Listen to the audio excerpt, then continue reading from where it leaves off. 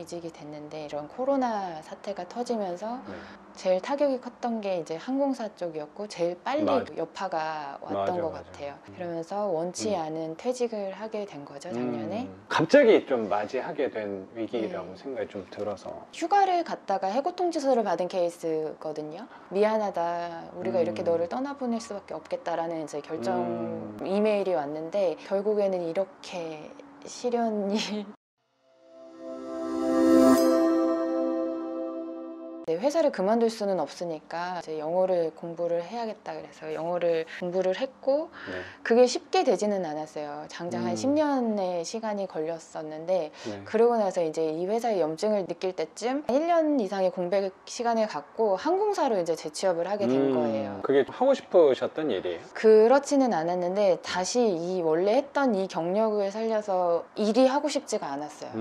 그래, 나이도 이미 30대 중반인데 과감하게 이제 변화를 모색을 한 거죠. 잘 될 거라는 확신은 없었어요. 네. 네, 국내 항공사는 당연히 안 되고 돌고 돌고 이제 외항사를 하다가 결국 종착을 했던 게 자가용 항공기를 타는 일이었거든요. 거기서 나이도 많이 보진 않고 일단 외모가 그 서양 여승무원들보다는 동양인이라서 어드밴티지가 있었던 건지 모르겠지만 이직이 됐죠. 그 과정도 완전 순탄하지는 않았는데 네. 결과적으로는 잘 이직이 됐어요.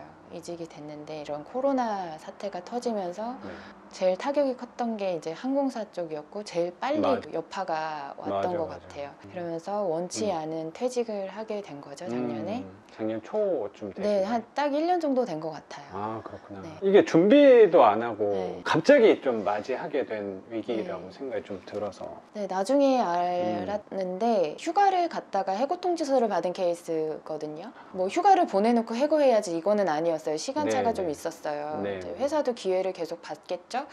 미안하다, 우리가 이렇게 너를 떠나보낼 수밖에 없겠다라는 이제 결정 이메일이 왔는데 저뿐만 아니라 이제 많이 받았더라고요. 네, 네. 결국에는 이렇게 시련이 일하시는 모습이나 이런 거는 뭐 보진 않았지만 제 나름대로 생각했을 때는 선생님 만족하는 부분도 있고 네. 즐겁게 하셨다는 부분도 네. 그냥 저는 좀 느껴졌는데 갑자기 그 업계가 위기가 오면서 선생님 삶에도 큰 위기가 왔다는 그냥 생각도 드네요. 가만히 있을 수는 없으니까 네. 여러 가지를 좀 네. 생각하셨을 것 같다는 생각이 좀 드네요. 해고 통지서 받기 전까지는 난 다시 돌아갈 줄 알았어요.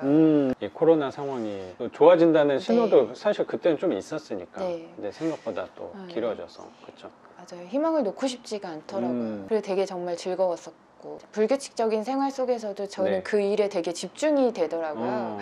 적성을 찾은 것 같은 느낌? 되게 재밌게 하고 있었는데 네네. 그런 시련이 와서 외국의 살팔자는 아닌가?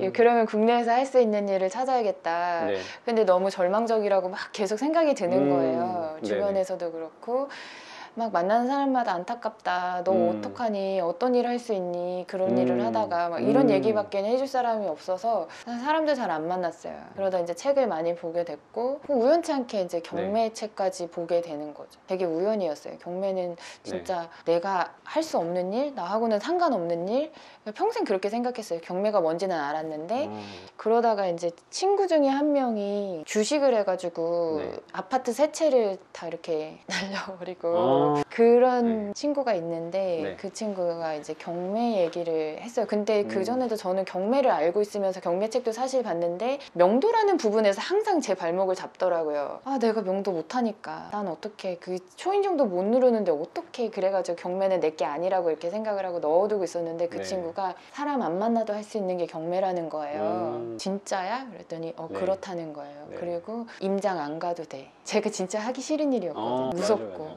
무섭죠. 그래서 작년에 입찰표를 이제 2개를 집에서 쓰고 법원 가기 이틀 전에 6.17 규제가 터진 거예요.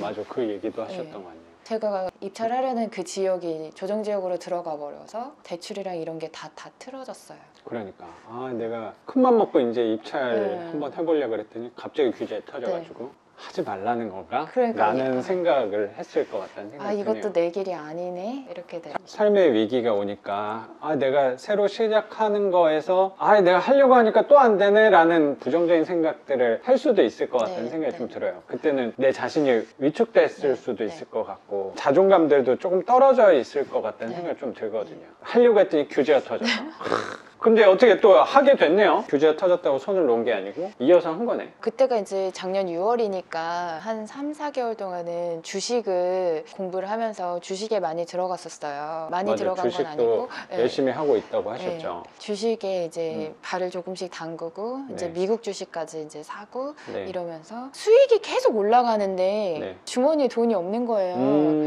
뭐야, 주식으로 부자 됐다는 사람들은 뭐지? 제가 피부로 느끼는 그런 돈을 번 느낌이 없어가지고. 숫자는 올라가 있는데 네. 돈은 벌었다고 뭐 하니까 그럼 뭐 잔고는 늘어나 있으니까 네. 근데 느껴지지가 않네. 네, 제가 이 주식 이만큼 갖고 있는데 이걸로 뭐 음. 하나도 못 사 먹는 상황이 막 느껴지는 거예요.